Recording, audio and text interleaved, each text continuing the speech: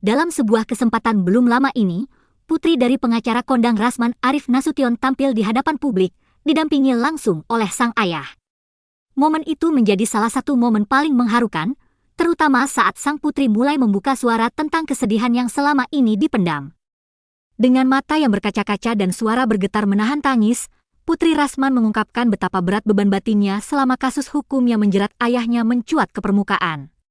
Ia merasa tak hanya sang ayah yang menjadi korban dari proses hukum yang sedang berjalan, tetapi juga keluarga mereka yang ikut merasakan tekanan dari berbagai pihak. Papa adalah sosok ayah yang sangat baik.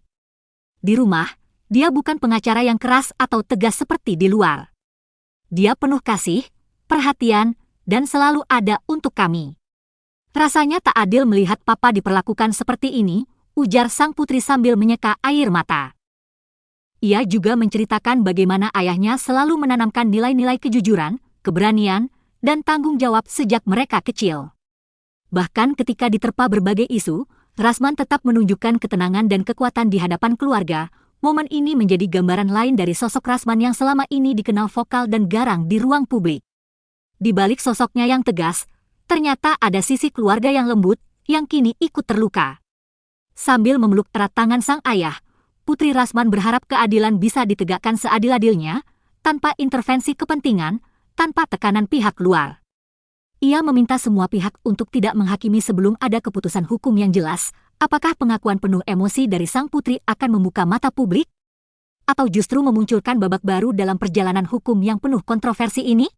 Satu hal yang pasti, di balik gemuruh opini dan sorotan media, ada keluarga yang mencoba bertahan dan berharap keadilan benar-benar bisa menemukan jalannya. Dan inilah curahan Putri Rasman. Bismillahirrahmanirrahim. Allahumma yassir wa la tu'assir. Assalamualaikum warahmatullahi wabarakatuh. Di bahasa Arab, bahasa Inggris jago nih. Waalaikumsalam warahmatullahi wabarakatuh. Surat terbuka kepada Bapak Prabowo Subianto. Perkenankan saya sebagai anak yang sangat menyayangi ayahnya, menyatakan harapan saya yang dalam dari hati saya.